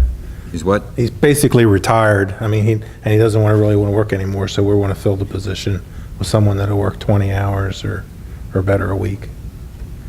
We need the resource. Okay. So what are we doing for inspections in the meantime? This is code enforcement mostly. Oh, okay. They do a fire, but it's mostly code enforcement. Okay. Okay, but we're still down on, we have that on here, but we're still down on the electrical. That's later on the agenda, yes. Yeah, okay, Okay. great, Thanks. okay. Big deal. Committee, So moved. Second. motion and a second. Rita? Mr. Gishard? Yes. Mrs. Link? Yes. Mr. Schenker? Yes? Mr. Silva? Yes. And Mayor Kurtz? Yes. Carried. 8B, resolution appointing Jessica Pinky as full-time communications officer at $39,058.64 per year, contingent upon successful background process. So moved. Second. Motion and a second. Rita? Mr. Gishard? Yes. Mrs. Link? Yes. Mr. Schenker? Yes? Mr. Silva? Yes. And Mayor Kurtz? Yes. All yes and carried. We have 8C, a resolution to promote Officer Wade Smith to the rank of Patrol Sergeant at a salary of $104,648, effective immediately. So moved. Second. We have a motion and a second. Rita? Mr. Gishard? Yes. Mrs. Link? Yes. Mr. Schenker? Yes. Mr. Silva? Yes. And Mayor Kurtz? Yes. All yes and carried. Item D, resolution to appoint Todd Bauerband as a full-time police officer for Hamilton Township Police Department at an annual rate of $39,535 academy, effective 12/11/17. So moved. Second. Second. Motion and a second. Rita? Mr. Gishard? Yes. Mrs. Link? Yes. Mr. Schenker? Yes. Mr. Silva? Yes. Mayor Kurtz? Yes. Mr. Bauerbrand in the audience? All yes and carried. Yes. Would you stand up so committee can meet you? Yes. Congratulations. We're glad. to have you Yeah, on. welcome aboard. Thank you. Yep. Thank you. Item E, authorization to advertise for a temporary full-time or part-time electrical inspector. So- Mike, that was due, what was the reason for Well, that? our inspector's out. Okay. I don't want to discuss too much of his Understood. personal Okay. stuff, but he's out, can't work. We understood. So moved. Second. Motion and a second. Rita? Mr. Gishard? Yes. Mrs. Link? Yes. Mr. Schenker? I'm going to resubmit the same question. What are you doing for electrical inspections in the meantime? Frank's doing some of it, as much as he can. That's all we can do right now. We had reached out to Galloway, but we were unsuccessful in getting that one individual. Yeah, he's not interested in doing more than he's doing. But we're still We're still reaching checking out. with other towns. Still looking for somebody, because we certainly don't want to be down in that department the way things Well, work. We want would to you, keep that moving. would you make it a study to understand that in the event that we do get deluged, and it seems to happen at certain times, so that we could eliminate a lot of calls to committee people, that we make a decision on which is the best course of action to go with regard to the electrical or any inspections in your department, Phil? Give us whatever options might be available to committee, because I think as we look forward, it seems from time to time, and it's no disrespect to anybody who works in the department, seems to be a backup that precipitates a lot of calls to different committee people. Why can't they get their inspection done in a timely manner? Well, I don't know all the reasons. I don't have all the history. I don't have all the paperwork. Generally, we send a call on to you or Michael to see what you can do. And I talked to to the mayor about it, that we have to look at this in detail moving forward, okay? Is there any way we can formulate some type of a backup plan, an agreement with another township or town? Shared service? Yeah, having something in place, I would think. One of the major concerns, especially this time of the year, is the schoolwork that's going on that has to be finished, and we can't allow inspections to be holding up that process. There's liquidated damages on those jobs. That's not to mention that the school has to open at a certain time. So if we don't have a backup plan, and unfortunately, we ran into this situation here, but it could be anything. Right. It could be anything, could be anybody, and I think we need to, at least reach out to some folks and set something up prior to this happening again. So this is not a position that we need a full-time person for, I gather. Well, full-time would be best. Right. Part-time, All right, but we're not advertising for either one of those. we're advertising for full-time temporary. Full-time We temporary. have a permanent employee who will be returning.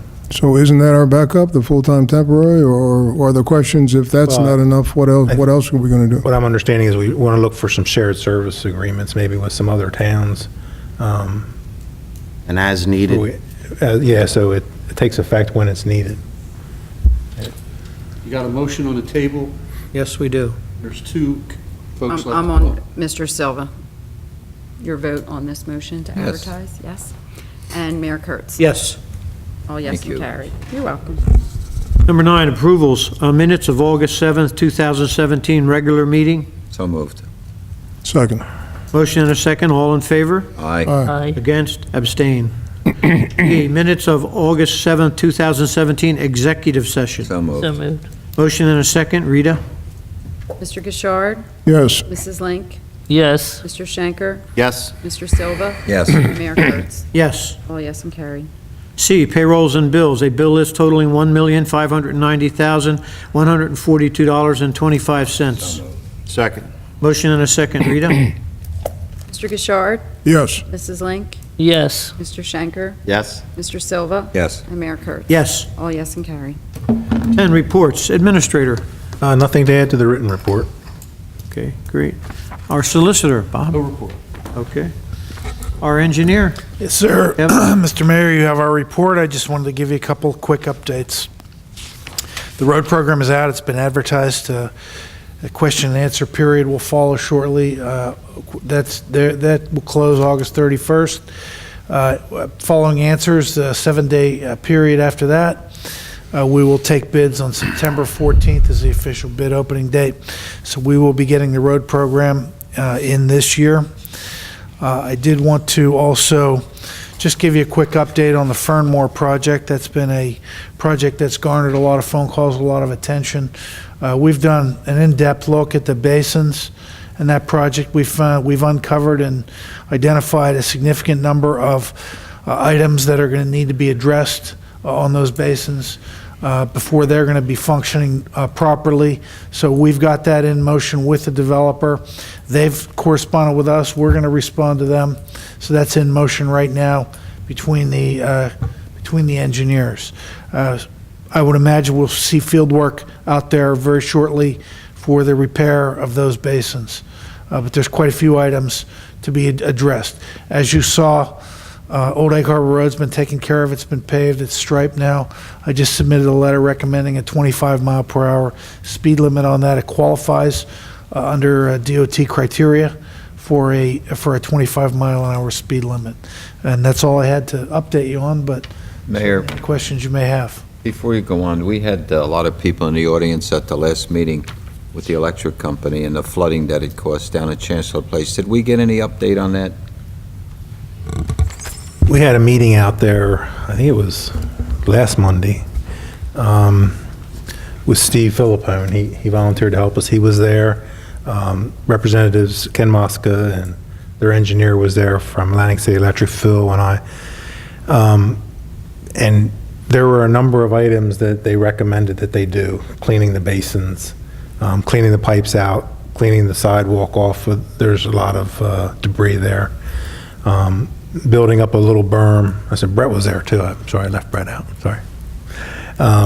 Building a small berm on the one side, the road side of the basin. So there were a number of things we discussed. So they're that gonna- amenable to making and taking corrective actions? They, very, very much so. Mike, was the property manager from Chancellor Place there, Marge, She wasn't at the meeting. Wasn't at the meeting? But Steve was going to update her. could you notify her of how that meeting went? That would be, I would like to keep her in the loop on that. Two questions, if you don't mind. One, did this list that you came up with include the Township Basin over by Hamilton Walk? No, I was talking about the Fernmore project. They're trying to get going on the lots that they want to build over there. The woods at, there's got about 3 different names. Fernmore over, right off of Old Woods Lake Landing. Harbor Road. Oh, so that was just limited to that then? It Just wasn't- that project. It was the update that I was giving you, yeah. Yeah, but Okay, well, there may be a request, if there hasn't been, to take a look at the Hamilton Walk Basin, which is flooded several times, and it stays at capacity for a long time. So, Yeah, if it So- won't drain, it has no capacity for the next storm. yeah. Yeah, what can be done about that? Do you, Well, I mean, generally, it's neglect over a period of time, whether it's sediment or just, it hasn't been maintained properly. That may be the reason. I don't know. I don't know sitting here what may be done, but we can look at it and find out. okay. All right, thank you. Sure. Oh, and the other question was, what? Oh, yeah, you answered that. There's no cost involved in the first one you mentioned. These are private. Totally yeah. on the developer, yes. Right. mhm. Thank you. Sorry, Matt. Mayor. Okay, well done. Township committee members, I'm going to go to Art first. I really don't have any specific comments. I did send a text message out to somebody who would know a little bit more about this assembly bill than we do. And I got a response that bill is in committee. It's not out of committee. And it won't be considered until after the election's over. So I don't know how it could possibly be in effect by January 1 if that's the case. And that's without any knowledge of a Senate bill, which would probably be necessary to make this happen. So, we're not anywhere close. I do believe we took the right action, but this isn't going to happen overnight, Thanks, Art. all All right? right, we got some That's all I time, have. good. Great. Roger? I hope there've been several people in the audience that had a chance to look at the partial eclipse today, if you had the proper glasses. I took several viewings of it during the day, and it was quite interesting to see it. I mean, we didn't see a total eclipse here because of the distance, but we did witness several phases of how the eclipse moved from one side to the other, and you could actually feel the change in temperature outside if many of you had gone outside. And, it was very interesting to witness. I don't know what other effects it had nationwide, whether it caused some people to go loony, whether the police department got a lot of phone calls, I'm not sure. We didn't have any calls during the eclipse. You didn't during the eclipse, huh? No eclipse But calls. you weren't handicapped? I think, as I sat here tonight, there were several things that came back to me.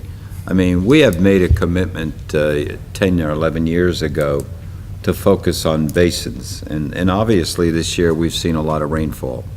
And obviously the basins at different times cause challenges to different neighborhoods. I think the one in Chancellor Place, we saw the people come in and look for relief from the township. I don't even know how many basins we have in this township. Has there been anywhere we can get a count on them?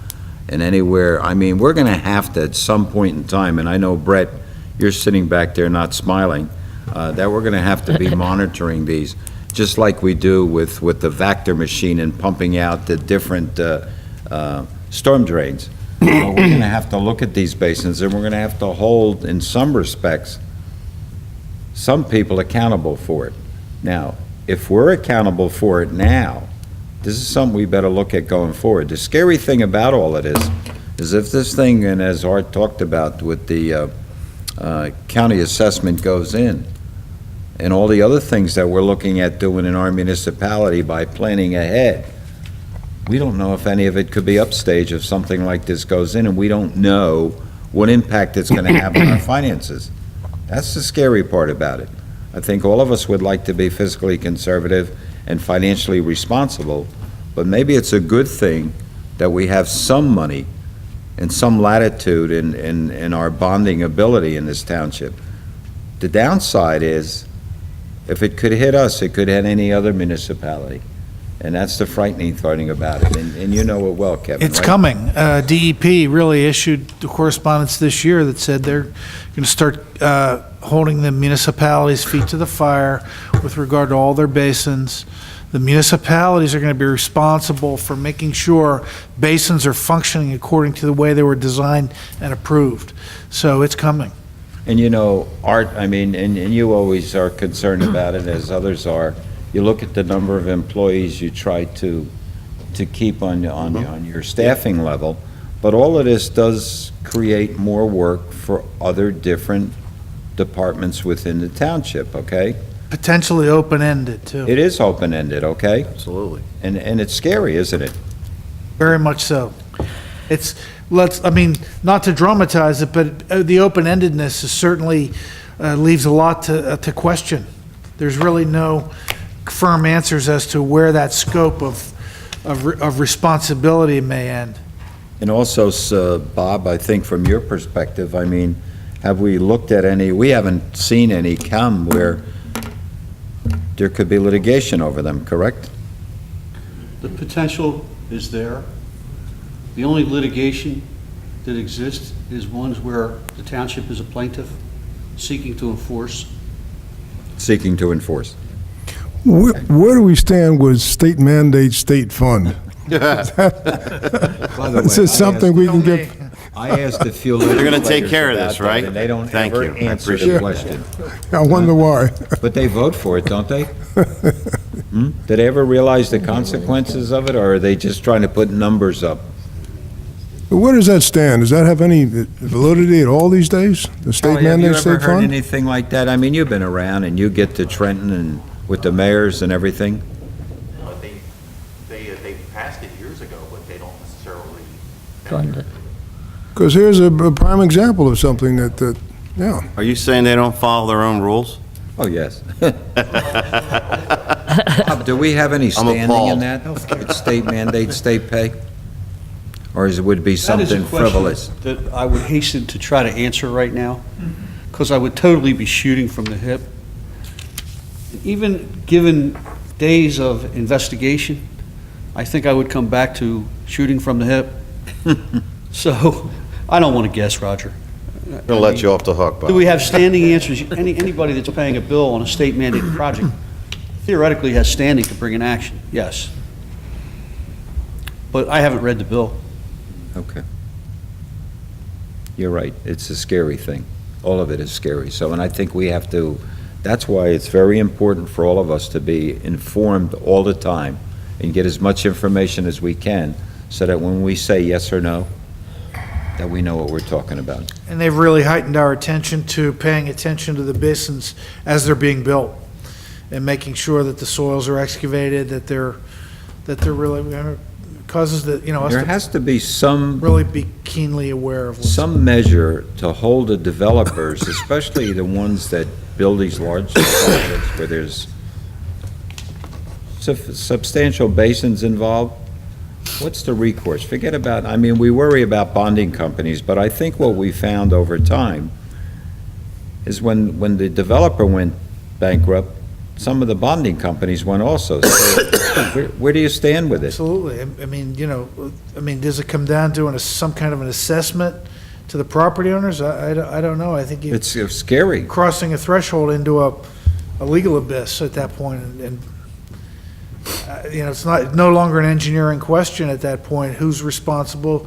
Who's responsible to do what when that basin fails and hasn't been maintained, for instance, which is usually the culprit. I mean, probably 75-80% of the cases of basin failure come back to maintenance. Is that the responsibility of the associations? Usually. And how do you chase them down? I don't know. Sure, and we have instances where, we just had one in the last couple of days where another basin in the town is not doing well. The residents are complaining. They have no homeowners association. They can't find it was in foreclosure, I mean, in bankruptcy, the whole mess.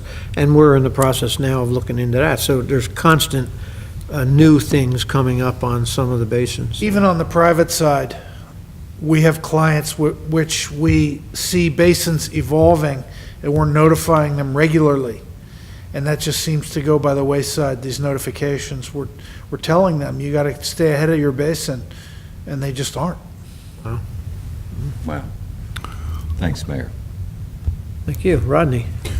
Well, the great thing about that is we have such fine engineers here that any new basins that go in, we know they're going to be well-spec'd and well-examined. And a planning board that's on top of it, too. That's right, absolutely. Absolutely. And in that regard, I know I talked with you, Mike, about the Hamilton Walk, the basement over there, the basin over there in the Hamilton Walk area that's been flooded for a while, and I think you were going to talk to, you're going to have the engineers look at it? Yeah, Brett was going to meet with the engineers and talk That- about it. Hasn't happened yet, I guess. I don't think so. Not yet. Okay, well, I'm looking forward to what you find out. Just thought I'd mention that a few people mentioned the Malaga Road double lines, how happy they are to see them there. It has been effective. Unfortunately, there are still people that disregard the double lines and pass, but that and the 40 mile an hour speed limit have been effective, and the residents over there really appreciate it, so that was a happy story. Just can't help but mention, I was up in New Rochelle over the weekend, and in a house up there, it's about 1,900 square feet maybe, and the taxes are $20,000 a year. So things aren't that terrible here, and I don't think they get that better service either. But Hopefully they make more money than we have down here. most of them do, yes, no doubt about it. We had at the last Green Team meeting, we talked about a number of things, but one of them was the bicycle path that I've mentioned many times before. After the discussion about that, though, we certainly part of that would include downtown, but it was pointed out that many people feel uncomfortable walking downtown, and they don't think that downtown really offers much for visitors, and there's probably a lot can be done to improve it. Now, part of the plan for a bicycle path, and part of a plan actually for any changes, is an audit, to conduct an audit. This is certainly part of the complete streets process, which I've talked about before, and it's a good thing, it needs to be done. So the Green Team is going to put emphasis on conducting an audit, a downtown audit first.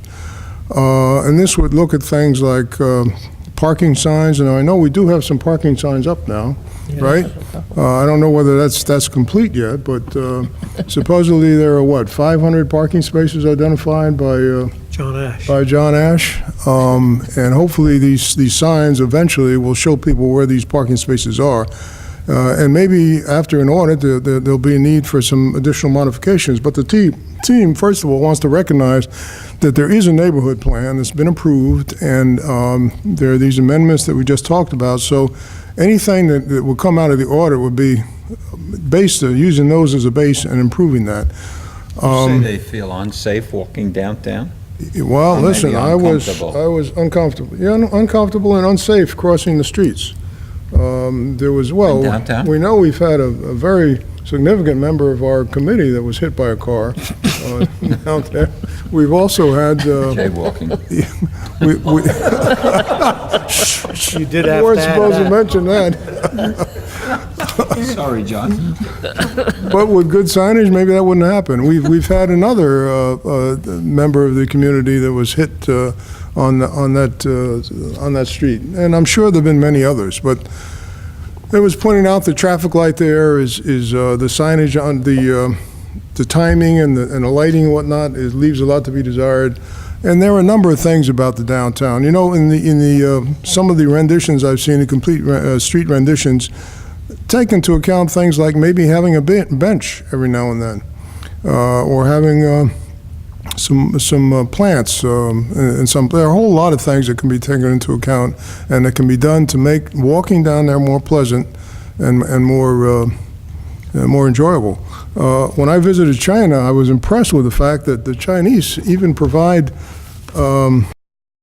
restrooms for pedestrians downtown. I thought that was really great. Where do they put them? Where do they put them? They put them right on the street. Okay, like you have in other parts of Europe. Yeah, now, on the street, I say restrooms, you don't rest, you squat, but that's all right. They serve their purpose. So, anyway, that's the kind of thing we'd like to, and really, what I'm mentioning this because we'd like to have people participate in this. Township residents, the idea would be to come up with ideas for improving downtown, to make it more friendlier to visitors, friendlier to pedestrians, and to make it a more welcoming place for businesses. And that's what the overall goal is, to try to improve that. And I think there are a number of things that we've done. We like to have volunteers. It's a green team. You can get in contact with me or with Lisa or with the green team if you would like to be part of this. But we're looking to put a team together to put something together. The other thing I wanted to mention is the South Jersey Transportation Program Office a Technical Improvement Plan, or TIP plan. This is something that's updated every 2 years, and it includes just about all of the transportation projects whose funding originates in Washington with the Department of Transportation funding effort, and that's a big effort. That's a very substantial portion of our transportation projects in the street. And utilizing those funds requires a process, and that process includes conferring with the public, having public meetings about the plans. Now, unfortunately, the public meetings aren't necessarily attended that well. But I think they should be, because there's a lot in those plans. I know I intend to make some comments about the plans. One of my concerns, and I don't know how much, it's probably not addressed, but one of my concerns that I think can be addressed is the time it takes for us to complete projects in this state. I think there are a lot of things that can be done to speed it up, one of which is have all the approvals before you start. Put a limited period of time for the project to be completed. Now, I know we're interested in keeping costs down, but at the same time, you have to be interested in the impact it has on the public. And we have these little bridges that take 2 years or more to complete. I think we can do much, much better, and that we ought to have some standards that prevent that kind of thing from happening. So I would hope people bring that up. Another area of my own concern is the lack of smart streetlights. Now, we do have some, but we don't have nearly enough. We have too many intersections where you sit there for 3 minutes at 2 o'clock in the morning when there's no traffic and you can't move because the light isn't sensing your presence and changing accordingly. These are things that could be done that are very cost effective and would save a tremendous amount of time and wasted energy. So that's the purpose of this meeting, to talk about the plans that are presented and to give ideas for things that can be addressed next year. And I would encourage, the meeting is going to be held in Vineland. It's on the 29th, which is Thursday. It'll be at the Vineland municipality. They have a big room there on the second floor. And, we look forward to your participation. That's all I have. Thank you. Judy? Okay. I've had a few concerns brought up to me about the Harding homes. And this individual said to me, a lot of people are thinking that they're like Stanley homes, public housing. So, Mike, could you explain all the... Let me let Phil. Phil? Get the detail. You mean the Conifer project on the... Yeah, the Conifer. Okay. Aren't they called Harding Homes? Yeah. Harding Homes Okay. is the name of the Is the development, name yes. of the Right. development company, yeah. Harding Homes is workforce housing, for lack of a better term. It's funded through tax credit financing. It's not funded through Section 8 or any of the other federal programs like that. Folks that will be living there will have to be employed, they'll have to have income, and they'll be requalified every year. It is rent, the amount of rent they pay is capped based on their income. It's a family development. So you have a mix of 1, 2, and 3 bedroom units. But it's, we've heard those rumors also. It's not a Stanley Homes Village type development. I think that the developer, Conifer, has a very good track record on similar projects throughout the state. In the immediate area, I know they've got a couple underway in Cape May County, Middle Township. They recently finished a similar project in Absecon. I believe it's the old Garofalo and Jensen property. And the nearest one to us they have is the senior housing in Egg Harbor City. On Philadelphia Avenue. Yeah, the old Rittenberg Manor. Nice Right. building. Rittenberg used to be. Not only do they develop the properties, but they maintain control, and they manage them well, so that there's a commitment on their side to the community to do that stuff, and keep the properties up nice and keep the quality of tenants there. But it is again, it's workforce housing, that's the intent. Could you explain a little bit about what our demands for COA were for having these houses? Our,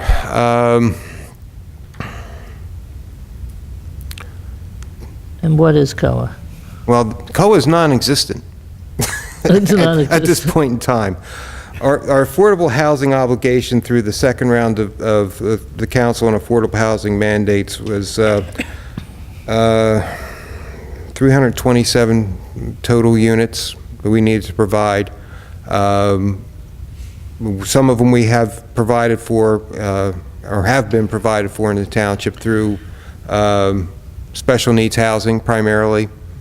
We've got a couple of units that Habitat for Humanity has developed, and they count for us. We're very fortunate that our Housing Council, when the Supreme Court basically said COA is not doing anything, courts are now in charge, and left it up to the courts and the municipalities to come up with the number. Was very quick to act when the report from the Fair Share Housing Center came out. We got into court because under the Fair Share Housing Center's report, other than rehabilitation, which is an ongoing effort, and we have to achieve 125 units of rehabilitation from the period of roughly 2010 through 2025. But other than our 335 or 350 units were required under the prior round, going forward, we had no additional obligation. Under the credit formula, Great. we're okay. We're good. We're good. Yeah, in other words, what we had on our books from our second round compliance plan, if we get all that taken care of, we're in good shape through 2025. Great. Yeah, thank you. So, I was one of the ones who went over to the library for a pair of glasses for the eclipse, and the librarian said in 5 minutes they handed out over 100 glasses at 9 o'clock this morning. So all the other stores were like totally out of them. And I actually got a pair for my daughter and son-in-law, which was really great, but we made our box that we could, the little pinhole box that you could see and it was very effective, but it wasn't huge, you could only see a little sliver, which that I think would be a good science project.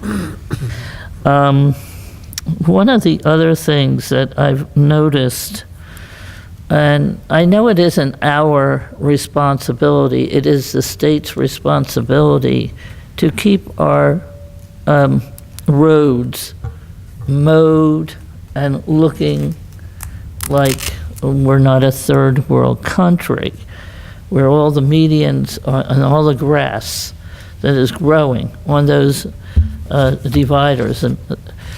But is there anything that we can do to bring this to the attention of the state, DOT, which I'm sure we've done it a million times before, but I figured, well, I'm going to try it. I know it has something to do with the pine lands, but I've also seen roads where they've been properly mowed, because they are still, the areas where they're mowing are aggressive plants, and they should be mowed. They're not the ones that are endangered, so to speak. Judy, it also has to do with an absolutely terrible lack of communication between the county and the state. I see it all the time, instances where, businesses are notified on Friday that the main street's going to be torn up Monday morning. Traffic lights in town are going to be adjusted without notifying the police department and the residents, and it creates a bottleneck in the middle of town. So, yeah, there's Yeah. that. I see that as one of the biggest problems. Communication. Yeah, communication. Yeah. That'd be good comment at the meeting. What's That'd that? be good comment at the transportation meeting, at that lack of communications. Okay. They I'll do try to whatever be they there. want, whenever they want. Well, we're going to change that. No, I doubt it. Not the way they've been operating. Anything else, Judy? There was a time they did. No, I think that does it for me. I'd Thank you. like to say a lot of positive things, because we do have a positive community, and I think we're making progress every day. I agree. Thank you. Myself, I'd just like to quickly comment on a few things. First, I'd like to congratulate Todd Bowerman, our new officer, again, but I'd like to congratulate you on sitting through this whole committee meeting. That's really good. That's great. You get to see what happens here at the committee meeting. So thank you for that. Also, I just want to touch on the Malaga Road thing again real quick. Roger and I were out there. We were talking with a woman, actually she flagged us down, that lives very close to the Black Horse Pike on Malaga Road. And she was praising the fact of the improvements and the striping and everything that happened out there, but she was really complaining that it doesn't look like it's doing any good, because as we stood there and talked, we were in danger just standing on the road with cars, that the speed was so excessive, and that's what she was complaining about. You can, and I know the chief has been out there, they've done traffic, they've had the signs out there, the speed monitors. But I just wanted to bring it to your attention. There's still people talking about that. And then also, I wanted to discuss real quick, Chief, I live and operate a business on Pennington and Main, and it's a dead-end street. So when the residents have an issue, it's very easy to them to walk up and discuss it with the mayor. And the discussions are now on the particular establishment there, the one barber shop on the corner. There's some real problems with parking there, getting out of the cars, leaving the doors open. I was pretty much in control, where I could go in and say to the owner, as soon as he seen me coming, he'd holler at somebody and say, "You got to move that vehicle." But my understanding now, the owner is out of the picture, and the situation has gotten substantially worse in the last 2 weeks. And they just get out of their vehicle, and it's hanging into Pennington Avenue. Not only can you come out and it's residents down there, they can't come out and make a right, because they feel threatened that if they try to turn with a vehicle there, they'll be in the other side of the road in oncoming traffic. And it's a real issue, more in the last 2 weeks. Okay, I appreciate it. Thanks a million. And then the last thing is, Fred Nebel, who's president of the Merchants Association, wasn't able to be here tonight. He asked me if I would mention that the Wine Festival is coming up the last weekend in September. They've worked extensively on that. The Wine Festival is using a new person as their PR person, who is also the gentleman and the business that produces the Seafood Festival, the Gilda Club event that was out at the lake. And they're expecting a really nice wine festival this year, and he just wanted me to mention that. And also the Fall Festival, that's coming up also in mid-October. And he's hoping that he can get in one meeting here as we get closer to maybe discuss a little about what's happening at those events. And that's it, that's all I have. Could I just mention a quick reminder? The Senior Citizens Advisory Committee is sponsoring an event in the mall. It's a health fair.